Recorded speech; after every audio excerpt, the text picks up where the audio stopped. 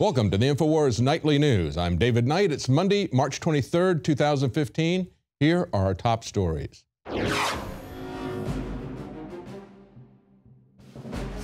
It's all a psyop. The threat fusion centers, the militarization of police, military on the streets, TSA on the streets. It's all a conditioning program to train the American people to accept what is only normal in third world dictatorships. Will we allow our journey towards despotism and tyranny to be complete, or will we turn the situation around?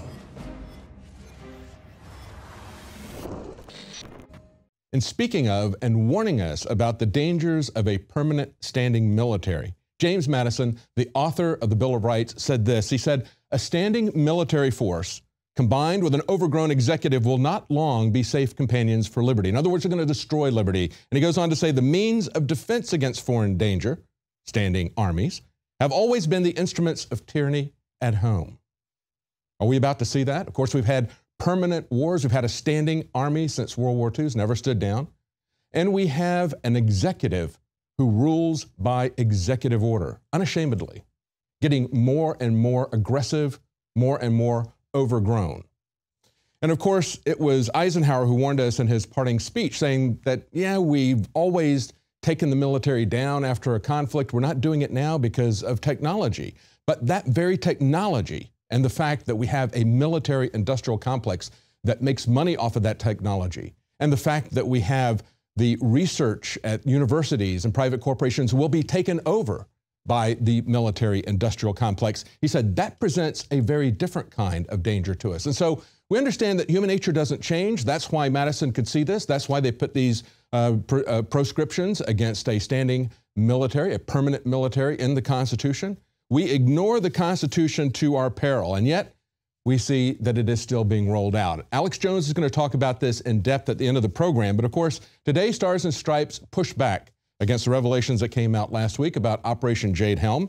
They said that there's a slideshow that they can't verify whether or not that slide is really genuine or not. Really? Officials at USA SOCOM were not able to immediately verify the authenticity of the slideshow because their computer firewalls prevented them from accessing the websites where the document appeared.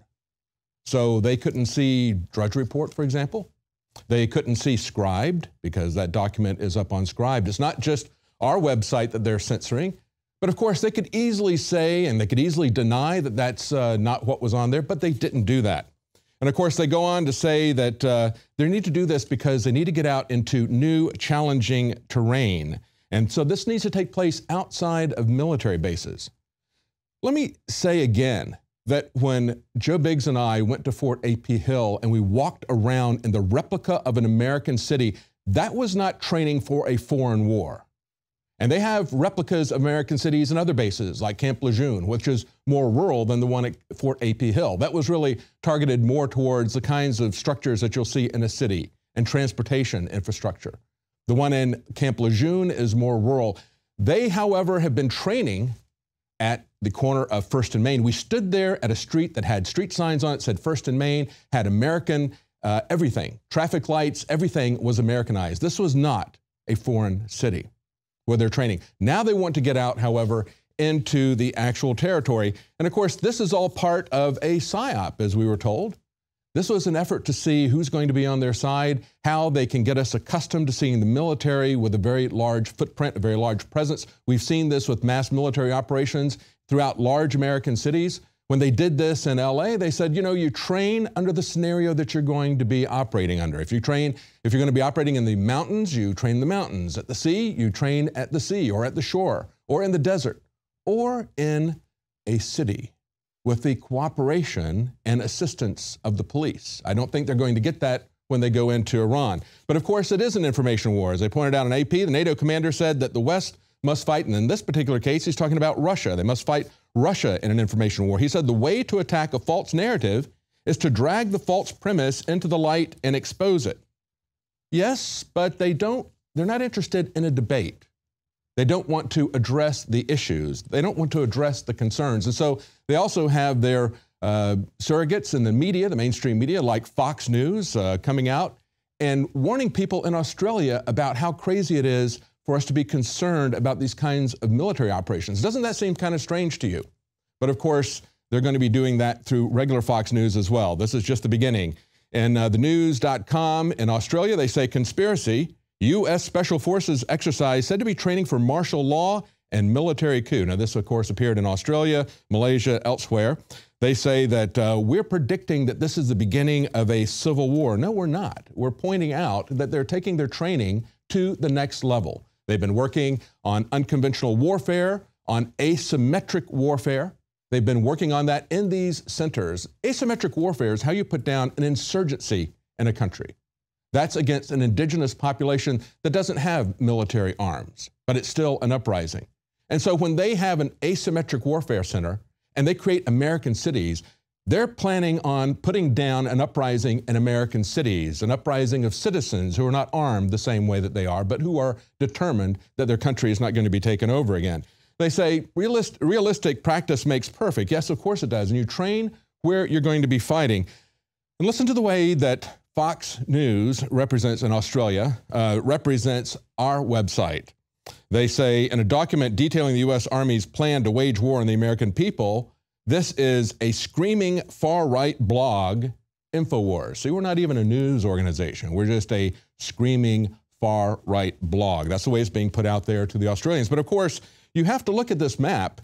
And as Paul Joseph Watson pointed out, they're not taking back any of the labels, labeling things as hostile. And when you look at the map, it corresponds very closely to the kinds of political colors and political orientations that we see in America. Red state, blue state that they've been selling us for a very long time. That's the way that it's drawn. And of course, the redder the state, the more hostile in this SOCOM operation. Now, we also have shills that are not even in the mainstream media, shills that are in think tanks and approaching and talking to conservatives, like the Heritage Foundation. They have a publication called The Daily Signal, and they have someone writing for them, Stephen Bushy.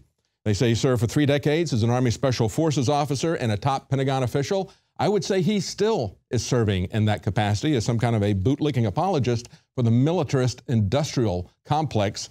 Now, this is someone who just wrote about the recent reintroduction of CISPA, which contains cyber threat intelligence interrogation centers. In other words, fusion centers for the NSA. He wrote in praise of those, and now he's writing, essentially setting up a straw man argument saying that these military exercises that are being proposed do not violate posse comitatus. Well, of course they don't. A training exercise doesn't violate it, but it is something we should be concerned about when they are training to violate posse comitatus. Do you understand the difference? We're not saying that this is the beginning of martial law. We're not saying that they are going to set themselves up as a militarized police, although it's getting more and more difficult to recognize the boundaries between the military and the police as they preposition MRAPs amongst our police departments. We're saying that they're training in these centers like Fort A.P. Hill and Camp Lejeune. They're training for asymmetric warfare against the American people. And now they're taking it to the next level, going outside of the military bases. That's exactly what they're doing. But of course, he says that the proud patriots of the American Southwest and their elected officials should be congratulated for assisting this effort. No, they need to wake up. It's been a long time coming, and Alex is going to break this down for you. But of course, going back to 2009, there was a MIAC report saying that they were training to take on the patriots and the people who had voted as libertarians. We also saw that the founders are being characterized as radicals that today would be domestic terrorists. And then, of course, recently, Barrett Brown had his Declaration of Independence confiscated by the FBI, saying that that was evidence of his radical leanings because he had a copy of the Declaration of Independence. See, this is not something that is left or right wing. This is something we should all be very concerned about. And in the article on NoWorldOrder.com, Paul Joseph Watson breaks this down very well. He says that they have still, and this is the crux of the issue, they have still failed to address why Texas and Utah have been labeled hostile territory. He says the explanation that the U.S. Army cannot obtain an unclassified document associated with its own training exercise may be difficult for some to swallow. Boy, I couldn't put it any better. Here they have their own document for their own training exercise, and they will neither confirm nor deny what's in that document, even though it's been all over the internet. they still pretend that it doesn't exist and make the claim that they can't see what we're talking about. They know exactly what we're talking about. And then he goes on to say, the exercise has drawn comparison to a 2012 scenario that was outlined by a retired Army colonel in which the U.S. military is used to crush an insurgent rebellion that's overseen by Tea Party militia who take over the city of Darlington, South Carolina. We've reported on this many times. We have to understand that liberty is never given to us. Liberty is only taken. That's why we're not going to be able, as far as we look at the politics that's come out today with Ted Cruz announcing his run for presidency, that's why we can't send a Mr. Smith to Washington. He's not going to make everything all better. He can't shut down the tyrannical bureaucracies that have taken on a life of their own. We have to start reasserting a constitutional government. That means a government with divided powers. That means a government where we can, using state nullification, which is a valid constitutional principle, we need to be able to shut down the tyrannical laws and the overreach of the federal government legally. And with jury nullification, we need to be able to shut down bad laws at both the federal and the state level. Until we are willing to do that, the rest of this stuff is really not much different than when you go to the supermarket and you put your toddler in the basket and they've got a wheel there that they can spin around. We're no longer driving this country. We're like the toddlers that have been given a wheel that doesn't connect to anything. We have to start taking back our liberty, and the way we do that is not by hoping that somebody's going to do the right thing if we elect enough of them to Washington. The way we do that is to block it down from the outside, because Washington, unfortunately, is too far gone, too corrupt, too much power and influence and corruption in that area. Now, of course, the person that probably will go to Washington as president next time is either going to be Jeb Bush or Hillary Clinton. Look at this article that came out of the Associated Press looking at his background in Florida. They said Jeb Bush aggressively used executive power as a Florida governor. He ruled as an executive tyrant as he criticizes Obama for doing so. Now, of course, his executive orders were things that the right could get behind, like shutting down affirmative action or giving us tax increases. Can we understand the difference between agreeing with somebody over a particular issue and disagreeing with the way they do it? Disagreeing with the fact that they act as a tyrant instead of following the democratic process. That's what Jeb Bush did as Florida's governor. That's what, of course, Obama has done as president. Yet the left won't criticize Obama because they agree with what he did in a dictatorial fashion, just as the right agreed with what Jeb Bush did in Florida in a dictatorial fashion. I don't want a dictator. Even if he's on the right side of the issues right now, he's going to be replaced further down the road with someone who is not on the right side of the issues. They pointed out that he said at the time, "We are doing the people's work, and I'm not going to let anybody, for any reason, stop us from doing that." Doesn't that sound an awful lot like Obama? Saying that the Republicans are just obstructing. He has to get something done, and he's not going to let them obstruct him. They say Bush was an aggressive chief executive throughout his tenure in Florida, pushing the limits of executive authority, bristling at legislative oversight, willing to work around the courts. So he doesn't care what the courts say, what the legislature says. He's going to enact his agenda. And even if I agree with what he got done, I would disagree with him. But listen to what he says about Obama. He says, "I think the next president is likely to undo much of the executive orders, particularly the ones where there was no constitutional authority to do these executive orders." That's what Jeb Bush is saying about that. Now, the New York Times points out that his reelection team in Florida, they consider Florida to be key. It has to be a cornerstone of the reelection. And so they have put together a team, and understand what the code name of that team is. It's called Homeland Security. And as I point out, it seeks to try to neutralize two potentially grave but homegrown threats. Yes, Homeland Security that was given to us by his brother was set up to take down homegrown threats, just like Jeb Bush is setting up his Homeland Security team initially to protect him politically. That's another part of it, continuity of government, or maybe we could say in the case of the Bushes, continuity of empire for their little family clan. Now, Ted Cruz came out today and announced his candidacy for president. He's going to be making that announcement at Liberty University. I thought it was interesting and very telling that his first commercial, as Drudge pointed out, was in Spanish language only. And again, we see that when we look at Luis Gutierrez, who just had an event in Southern California that was Spanish only, the right eviscerated him for that. And yet their candidate comes out with his first speech in Spanish, his first commercial in Spanish. And I guess when we look at this, one of the things that I'm concerned about with Ted Cruz personally, what bothers me about him, is the fact that I don't think he's qualified under the Constitution to run for president. Because I don't think, as I understand it, that he meets the qualifications for a natural-born citizen. Now, those are not clearly stated. But the fundamental idea behind a natural-born citizen is that the person would have deep ties to the country, to the culture, to the system of government that we have because they grew up in this country with parents who lived in this country, identified with this country as a citizen of this country. I mean, we look at what happened with the birthers. Are we going to have a double standard there as well? You had Obama, who had a foreign-born father who was an American citizen and an American mother. Now, the question was he born in Hawaii or was he born off of United States soil?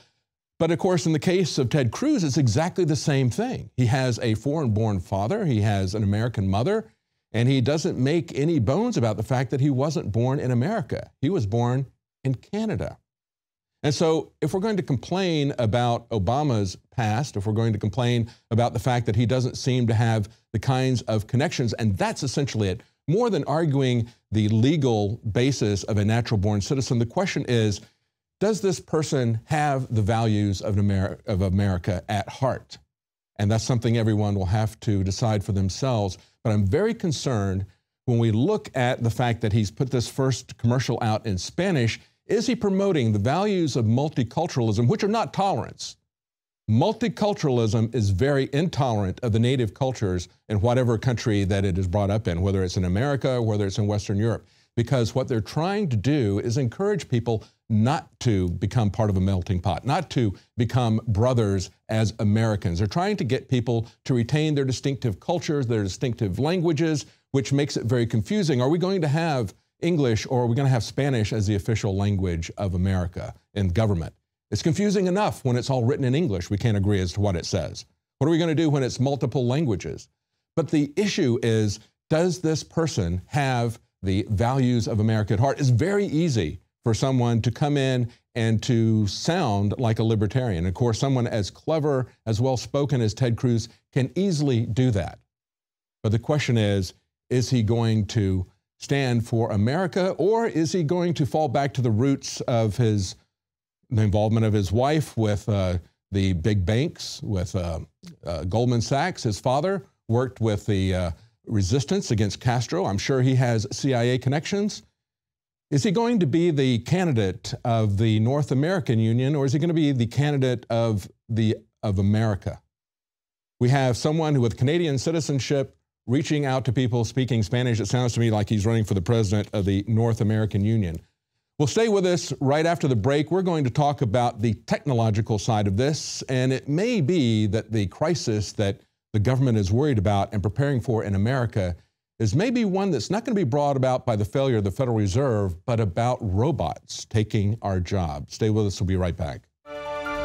The knowledge of the ancients, tried and true, trusted herbs and extracts fused with the latest nutraceutical science. Introducing the all-new Ancient Defense Herbal Immunity Blend, crafted with over 14 key ancient herbs and extracts to supercharge and prepare your body for what experts admit is the most dangerous season of the year. We have rejected hundreds of other formulations in our quest to bring you what is simply the most powerful and comprehensive proprietary formula that we have ever created in the realm of herbal immunity. For the last 2 years, our team has been working with top doctors, nutritionists, and chemists to develop the ultimate nutraceutical formulation. Experience the benefits of combining over 14 ancient herbs and extracts with exciting new advances in nutraceutical science. For a limited time, get 25% off on this introductory offer. Visit ancientdefense.com or call 888-253-3139. ancientdefense.com. Used since before the days of the Roman Empire to support the body's natural systems and enhance overall health. Introducing the new InfoWarsLife.com oil of oregano formulation,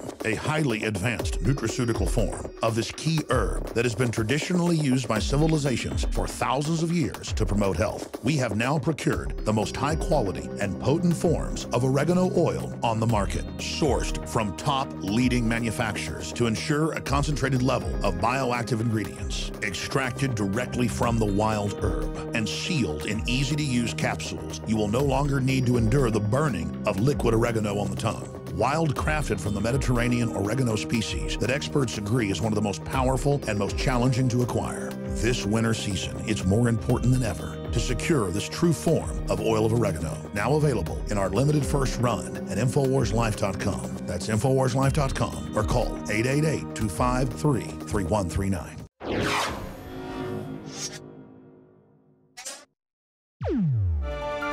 Well, for the first time, we have an actual robot reading the news in Japan. Now, of course, this is not the teleprompter Anderson Cooper or people of that ilk. No, this is an actual real robot that they're going to put on as a daily presenter in Japan. TV Tokyo will feature a humanoid robot as one of its main MCs. Now, of course, this is going to be in a kids program, but it is still the first time that a robot has landed a daily TV gig. Of course, they're going to begin by programming the kids to see that this is something that is usual. In America, of course, we've been programmed to see the teleprompters as robots for a long time. But seriously, robots are going to massively displace workers in a very short period of time.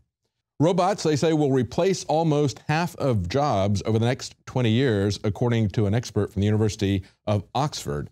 This is a report coming out of Brisbane Times in Australia. They say that robots and computer programs could almost wipe out human workers and jobs, going from cooks all the way to truck drivers. They say driverless cars, even burger flipping robots.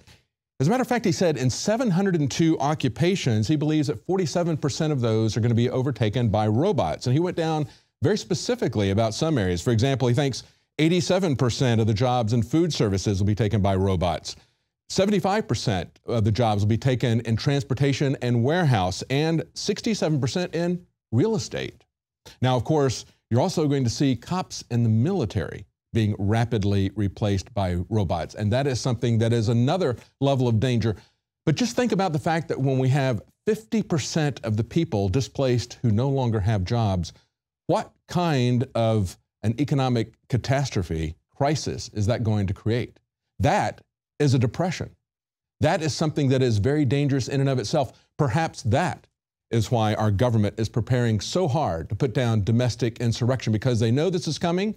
They know that it's coming very, very quickly. People will not have jobs. Many of these people that are going to be replaced, people who are flipping burgers, are going to have a very difficult time finding other types of jobs. Of course, they go on to say that he thinks that only 10% of the workers in IT, as well as software and hardware developers, will be replaced. Of course, what he's doing is he's getting these people to continue to design the ropes that are going to hang them eventually. But of course, in the meantime, they are going to be replaced by foreign workers from India who will work at a much lower wage base. So if they don't export the jobs to another country, if they don't turn them over to robots, they will bring in cheaper wage-based workers to take those jobs. Nevertheless, it looks very, very troubling for the economy and for political unrest that will follow that kind of massive unemployment.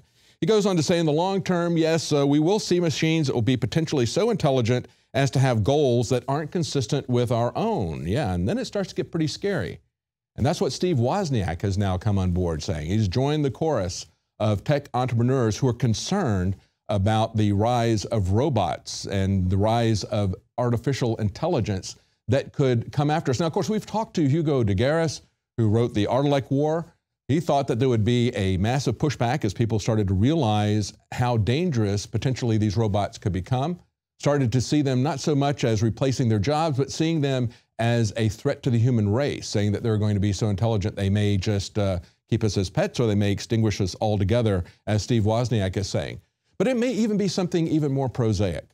The Art-alike wars could begin not over these godlike intelligences that would compete with us for dominance. It could begin by these robots just becoming burger flippers and putting everybody out of work. But Wozniak goes on to say that he has grave predictions. He says computers are going to take over from humans, no question. And of course, he joins Elon Musk, the CEO of Tesla, they say, who has been the most vocal about his concerns about AI, calling it the biggest existential threat to mankind. And I thought this was interesting. He's become an investor, of course, in some of these AI companies like DeepMind and Vicarious. And he says it's not from the standpoint of actually trying to make any investment return. He says, I just want to keep an eye out on what's going on, because he's very concerned about it. And you all should be. One of the first places you're going to see this is when you're taking out of your car, not just if your job is as a driver in the transportation industry, but when you're taken out of your ability to move yourself around freely in this country, when every bit of movement that you have is controlled by the government.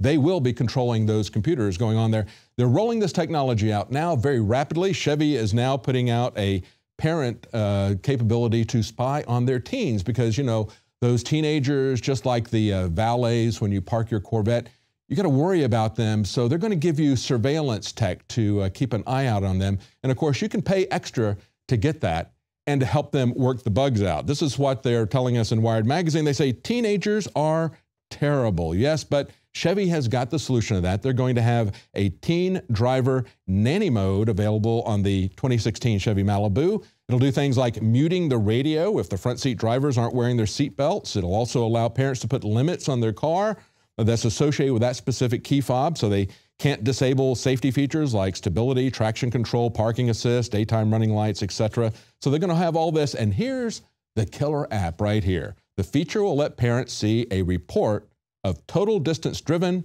maximum speed traveled, how many speed warnings were issued, see if there's any anti-lock or stability control events, or in other words, driver screw-ups, just like the valet mode that they put on the new Corvette. Let me explain to you that this is exactly the technology that our government is going to use against human drivers until they ban us altogether, as Elon Musk pointed out at South by Southwest last week. That's what's happening in the future. Eventually, humans will be banned from driving cars of any way, shape, or form. But in the interim, they are going to harass us mercilessly. There won't be any highway patrol. It'll be much worse than that. Everything you do will be logged and ticketed and fined. Your insurance company will know about it as well, so they can add that to your bill. They will pester and hound you to the extent that you won't be able to drive. Once they get you out, and you'll be begging at that point for an autonomous driven car, because you won't be able to meet their specifications. You'll constantly be getting fined. You'll be begging for the autonomous car, and of course, some people are already begging for it. In another article from Wired Magazine, this writer is talking about the Mercedes robo-car that premiered at the Consumer Electronics Show back in January of this year in Las Vegas. And of course, that was the big theme of the Computer Electronics Show this year, was the autonomous driving cars. There were a slew of those. Of course, the one that got the most attention, the one that was the most complete, was the Mercedes robo-car. And as he points out, he's looking for, and this is a headline in the article, a shinier, safer world. That's always been the promise of technology, hasn't it? From the flying cars that we were promised back in the 1950s to now these wonderful autonomous cars that will never wreck, because I guess they won't be programmed by humans. They won't be programmed by the same people who programmed the blue screen of death for Microsoft. We'll never have to worry about them just having runaway acceleration, as we've seen in so many of the cars. So many different brands of cars have suffered from that problem. No, they're just going to put all of these systems that they've been setting up on the cars, they're going to put them all together all at once. And he celebrates the idea that we are looking forward to the death of driving. That's another part of his article here. He says, there will come a time within a few decades when the people simply will not drive anymore. And he says already, the steering wheel in this Mercedes is largely vestigial. He says, this isn't even a car that anyone would want to drive. It's heavy, it's cumbersome, it's slow. And he says he can't wait to get in it and not drive. Yeah, he's going to become one of the Eloi that we saw in the Time Machine from H.G. Wells, one of these passive, pink little flabby things that can no longer think or do anything for themselves. That's what they're looking forward to. But of course, it's already begun. We've seen just this last Friday, I believe it was, an automated car is going to drive without a driver all the way from San Francisco to New York. That has already begun. That's underway. And of course, Elon Musk at Tesla, even though he's concerned about the rise of the robots, even though he's concerned about people losing out to these rising machines, he says that he's going to make your Tesla drive itself. And listen to his time frame. We keep hearing this is decades in the future. They want to make people feel comfortable with this, that it's not something that's going to happen immediately. It's going to happen much, much sooner than that. They're going to phase it in, of course. First, they will have these kind of nanny systems like Chevy is putting into their cars now as an option. But the CEO of Tesla is saying that the next big software update for the Model S will roll out in 90 days. 90 days. And what's it going to have in 90 days? An auto steering function that will make the car largely autonomous on the highway. In between cities, it will drive itself. We'll still need to drive it once you get into town, but it will drive itself between cities. And that's not next year. It's not a decade from now. That's 90 days from now. This is all happening much, much sooner than you think. This will happen in our lifetime. And we should be very concerned because when we lose the freedom to move around freely, that is the kind of control over your life that you have never seen before. But that is the goal. That's one of the aspects that the federal government is moving towards, controlling our transportation, not just at the TSA, but our very movement around on the roads from place to place. Well, stay with us right after the break. Alex Jones is going to give us the background and what's really behind Operation Jade Helm. We'll be right back. Another major health threat, this one in Toledo, Ohio, where everybody in the entire city has been told not to drink the water. Ohio's governor declaring a state of emergency. Did you know that the average person uses about 80 to 100 gallons of water at home every single day? If there's a water emergency, will you be prepared? Panicked residents forming long lines throughout the day. We're here at a supermarket in Toledo. You can see the shelves empty where water once was. To stay safe and healthy during a crisis, you must have access to safe, clean water. Water which will not be available at your local grocery store. There's a mad dash on right now to stock up on supplies. The ProPure Pro 1 G2.0 water filtration system is a must-have for every modern, independently minded household. Protect your family's safety during an emergency. Go to InfoWarsStore.com today to purchase your ProPure Pro 1 G2.0 water filtration system or call 1-888-253-3139. In the past decade, we have witnessed unparalleled scientific discoveries in the area of health. But no one has put together a formula that focuses directly on brain health, nerve growth factors, and optimizing your cellular energy at the same time. DNA Force is one of the most expensive formulas to produce. Some of the ingredients in DNA Force are $12,000 a kilogram. We are using the coveted, patented, only American source of PQQ, CoQ10, and more. You want the best that's out there at the lowest price anywhere? Well, we're bringing you a total win-win.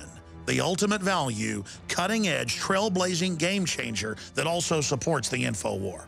We have produced a limited run of DNA Force, and it will take up to 12 weeks to produce more once we sell out. Secure your DNA Force today at InfoWarsLife.com or call toll-free 888-253-3139. DNA Force from InfoWars Life.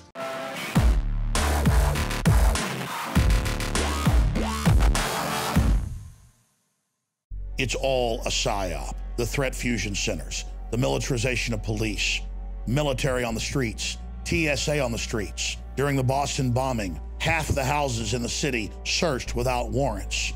Women drug out of their homes at gunpoint. It's all an exercise of power. It's all a conditioning program to train the American people to accept what is only normal in third world dictatorships. Will we allow our journey towards despotism and tyranny to be complete? Or will we turn the situation around and restore our beloved republic? Police department! The police and National Guard going street by street, house to house. We need to make sure, too, that whenever we knock on doors, people refuse to leave. We need to make note, call it in. They say there are no orders to use force, just strong persuasion, sometimes entering open houses with guns drawn, and instructions to disarm anyone inside. You said guns will be taken? Yeah, no one will be able to be armed. We will take all weapons. I am responding tonight directly to the Southern Command based in Florida, NORTHCOM based in Colorado Springs, Colorado, and to the foreign forces that have seized control of the District of Columbia and are now dismantling our constitutional republic. My name is Alex Jones. I'm an American and a Texan, and for 20 years I've been on air fighting the globalist agenda, their attempt to dismantle our country and our basic freedoms.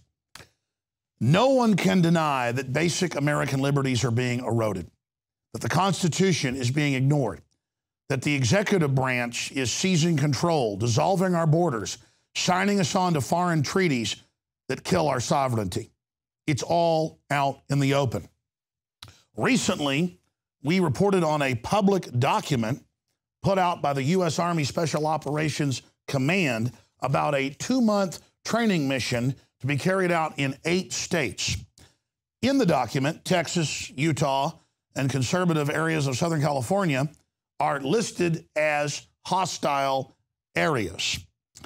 Now, ladies and gentlemen, I'm not just looking at this one document by itself, though we've broken it down. We're looking at the larger spectrum of the transformation of our military and police into a domestic paramilitary force. That's now big mainstream news. I was the first person back in '96 to really start hammering this, not because I was that smart of a person, but because the emergency manager of Kingsville, Texas, the police chief of San Antonio, and others reached out to me and said that they had been recruited to government meetings by Clinton with Army Special Operations to gauge whether or not they could condition the public to accept military occupation and gun confiscation. The military basically rebelled against this, leaked the information, and the program was shelved. Under Bush, it began to grow again, and under Obama, it has exploded. So tonight, I am addressing the general enlisted, the non-commissioned, and the commissioned officers. Now, high-level commissioned officers pretty much have the whole picture. They're not compartmentalized. That's why you've seen a major purge of hundreds of generals and thousands of other officers, the biggest in modern history, because they wouldn't go along with the litmus test of accepting what the globalists wanted to do with our military, turning it into a domestic control force over the people. The reason I'm addressing the Southern Command and others directly tonight is because Joe Biggs and others in our office have been contacted and basically told to back off and shut up. Military.com, Stars and Stripes, foreign newspapers, you name it, have all come out in the last 24 hours and attacked us. Bloomberg has attacked us by name, the Daily Beast, you name it, and even then linked to other people's news reports that are discredited in an attempt to make us look like liars. So there's a major psyop going on. They just legalized last year domestic psyops to be carried out against the American people. So before I get specifically into the documentation, I just want to direct you to Stars and Stripes, where they basically call us conspiracy theorists, basically say we're endangering the lives of the military, and that none of this has to do with martial law. Obviously, the only truth here is that all this training has dual use and can be used overseas as well. We are not attacking the military. We are not attacking any of the people even involved in this. We are exposing and attacking the policy of turning the military into a police state tool, which has been going on covertly behind the scenes for decades and is now coming to a head. Look at this foreign headline. Conspiracy, U.S. Special Forces exercise said to be training for martial law military coup. No, it is training to condition the public to accept military on the streets, which their document even says. Now, let's go through some of the history of this first, just to give you some background, in case some of you at Southern Command didn't do your homework or need a refresher course. Forbes magazine, highly respected, How the U.S. Military Would Crush a Tea Party Rebellion, was also in the Washington Times, Associated Press. Defense Department guide calls founding fathers extremist. Even Fox News reported on that, where they told them don't be evangelicals or part of the Tea Party. I mean, this is going on. This is happening. Fusion centers. Expand criteria to identify militia members. And they have the Army involved tracking that. This is a key document from the RAND Corporation. A stability police force for the United States. Justification and options for creating U.S. capabilities. This was the plan I saw back in the late 90s, and then they've updated it for everything we've seen. And we're talking about checkpoints, highway shutdown, highway barriers blocking all the major roads, gun confiscation that we saw back during Katrina. Any excuse they've got, they try this. Canada had floods last year. They had gun confiscations there as well. Here's another one. Army-sponsored report suggests new police force for the United States run by the Army. So the Army is expanding its jurisdiction over the U.S. We know the military historically is one of the most dangerous things domestically that ends up taking over. Look at third world countries. Look at Mexico. Look at North Korea. They don't want us to discuss that the powers that be are moving us very quickly in this direction. Here's one out of Stars and Stripes. Brigade Homeland Tour starts October 1st, also at Army.mil. So, again, we're conspiracy theorists. This isn't for domestic operations. You're not getting rid of Posse Comitatus. You didn't list Texas and Utah as hostile. Yes, you did. Before Fox News last year reported on how they threatened everybody at Fort Hood with court-martials if they were evangelicals or part of the Tea Party, I was already given the information by Army PSYOPs. And why do you think PSYOPs was upset? Because they understand PSYOPs are being run against the American people. And these aren't PSYOPs to free Vietnam or PSYOPs to arm people in another country. These are PSYOPs to take our freedoms. And it's damn treason. So let's stop living in a fairyland where you guys engage in a new PSYOP and say that I'm making all this up. Here's another one. U.S. military to visit Vancouver. ESPN. They had U.S. military helping police Canadians in 2010. I'm just showing you that this is global. This is happening all over the world. Look at this. Scouts trained to fight terrorists and more. New York Times. They trained to take on disgruntled veterans with guns. I knew about this when this was secret. Nobody believed me. People said, oh, these are kids. They were 14 then. This article was 6 years ago. These guys are now, most of them in the military. They've been training since they were little kids to take on veterans. Who does Homeland Security say in their own reports is the #1 enemy?